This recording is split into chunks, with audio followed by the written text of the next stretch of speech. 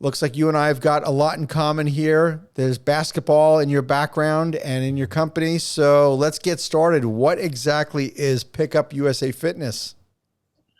So Pick BSA Fitness is a chain of fitness clubs that's focused on basketball. So essentially, we serve youth and adults.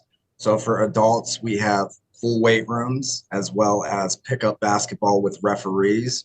So it's like your traditional pickup basketball experience, but way more organized. There's referees, there's scoreboards, fouls called, free throws, big comebacks, buzzer beaters. So that's the adult side of the business. And then for youth, we offer youth development leagues. So essentially, any youth clientele that sign up, they get 2 or 3 practices per week, skills clinics practices, and then a youth game on the weekends. We run 4 seasons per year. So that's essentially Pickup USA, basketball focused fitness clubs for youth and adult basketball enthusiasts. Cool. Well, you know what? You're kind of tricking people into fitness because we don't want to be bored right when we go to the gym. So by having me play basketball, I don't realize that I'm really working out and getting an amazing workout through basketball, right? Yeah, for sure. I mean, we see all types. We got people who just want to stay in shape, and basketball is a great avenue for that. And then, we've got people, especially on the youth side, that are really trying to develop their skills. I mean, we have NBA players sometimes in our gyms. We have D1 athletes. We have, kids who are trying to make the varsity team. So we really see the full spectrum of it, from the kid who's never picked up a basketball to, kids who are really going to play D1 ball, and, adults who are just kind of weekend warriors, all the way up to, professional players. So we serve the full gamut for sure. Nice. How did you get started with this concept? Tell me how the whole dream started. So I never really played organized sports. So I was always just playing hiccup sports in nature. So I'd go to a park with a friend, play, soccer or football, and obviously a lot of basketball. So that was kind of my whole life story, even through college. And I started to have an idea of, if I ever owned a gym on the basketball court, I'd like to have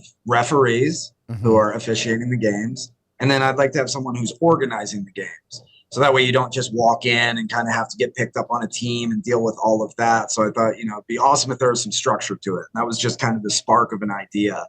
So as I got into my professional career, I kept thinking about that and kept playing basketball at 24-hour fitnesses and parks. And eventually I'm like, you know what?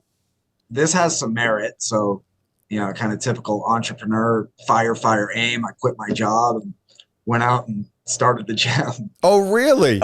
You quit the job and just started the gym. So did you open open a facility? Did you rent space? How did tell me how the whole thing started with conceptually, like where the venue was and how you did that? So I knew that it was going to be, pick up basketball with referees. That was the start of it, just for adults. I had no, concept of the youth market or anything. So that's what I was going to go do. And I guess, in retrospect, I had no plan. But I quit my job in October 2011. Had very little money.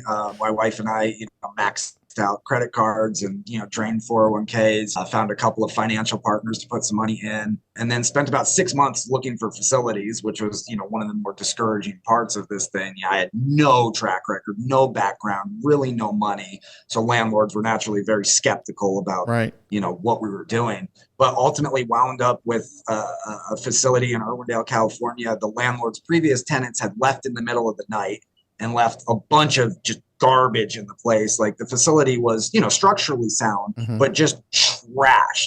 So we came to an agreement where he's like, look, we'll give you guys a shot, but you got to take this as is. So it was our responsibility to clear everything out of there, get it painted and outfit it. So, 15,000 square foot warehouse. We laid down a single basketball court. The rest was just concrete, and got to work.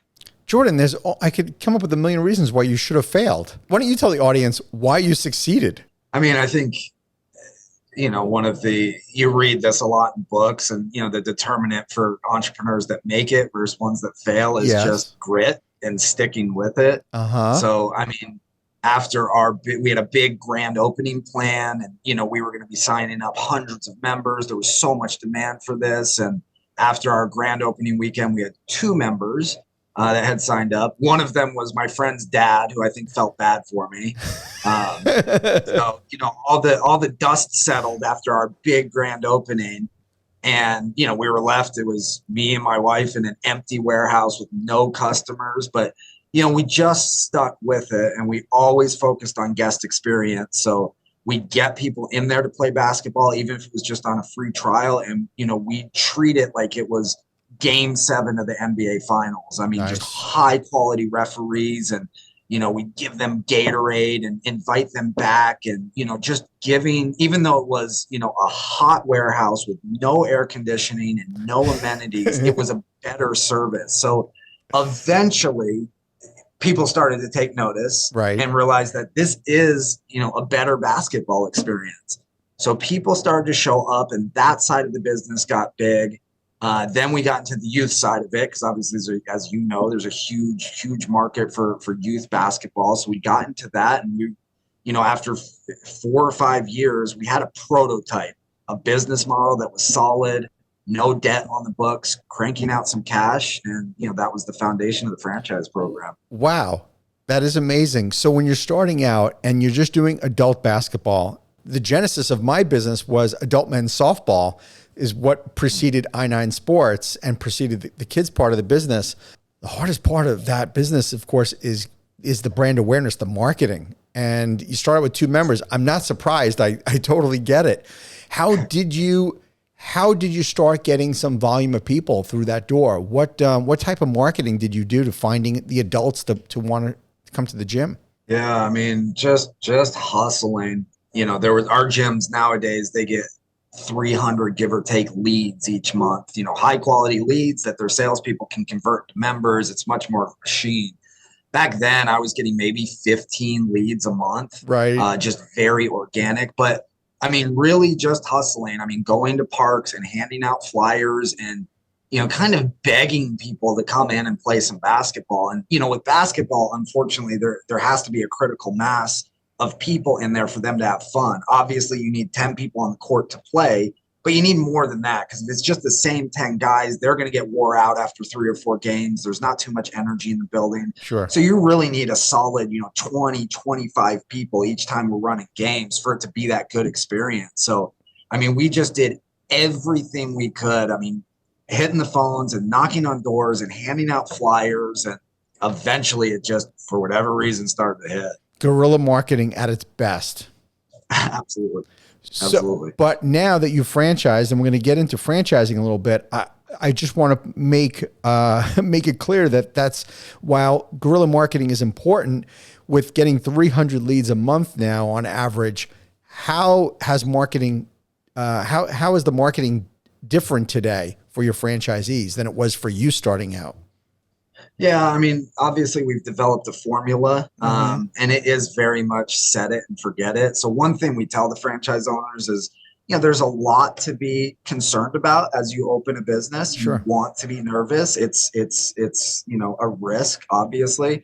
But one thing we don't think franchise owners should be concerned about is the marketing. With our formula, it's very much set it and forget it. So, we've got outside vendors that manage social media ads. On the corporate side, we produce videos and pictures and content that they can post on their feeds. So, just the formula, and then the franchisees spending the proper money. So when I was doing it, there was no formula, right? It was just kind of me guessing and posting on Facebook. And, at the time, Instagram was pretty young, and having no marketing budget to do it. Now, franchise owners have that baked in. So when we model out, how they're going to grow their club, there's a certain amount obviously allocated towards marketing. So they've got a budget, and then they've got very clear channels to allocate it towards. And it's pretty automatic in every market that we're in, small and large. Very cool. So you founded the company in 2011, you franchised in 2017. And now, since then, now you've got, I understand, 23 franchises open, 30 in development that are, I guess the facilities are, they're working on opening. I'm so curious that what led you to franchising then the business? Yeah, I mean, we always wanted to be a gym chain. So, I never set out to just create one of these. We thought that this was, a concept that could be successful across the country and potentially beyond. And, I've lived across the country. So, started in Baltimore, lived in Colorado for a good amount of time, lived in San Diego, now LA. And, I've played basketball in, community centers and gyms across the country. So I see that, this is a large market out there. So, when we started this, we really looked at our Irwindale location as a prototype. Like, can this model work? And we're going to throw everything at it, and we're going to learn a ton and make a bunch of mistakes so that we can franchise this. So really, franchising was the plan essentially from the jump. And I've got some mentors in the industry that, have franchised other concepts. So, I'm familiar with it through those arenas. And, obviously just a good way to scale a business through, equally motivated franchise partners that are putting up their capital and time with our brand and resources. And, it's been successful thus far. Thank you for tuning into the Emerging Franchise Brands podcast. For additional insights, guest applications, and to stay connected, visit us at efbpodcast.com. The Emerging Franchise Brands podcast is for entertainment purposes only, and the views expressed do not necessarily represent those of Emerging Franchise Brands, its host Frank Fiume, or Emerging Franchise Group, LLC. Any discussed franchise or investment opportunity requires thorough investigation, obtaining proper disclosure documents, and expert consultation before making any investment decisions. The podcast and its host do not offer professional advice or endorsements, and they hold no responsibility for actions, representations, accuracy, or consequential damages related to the podcast content.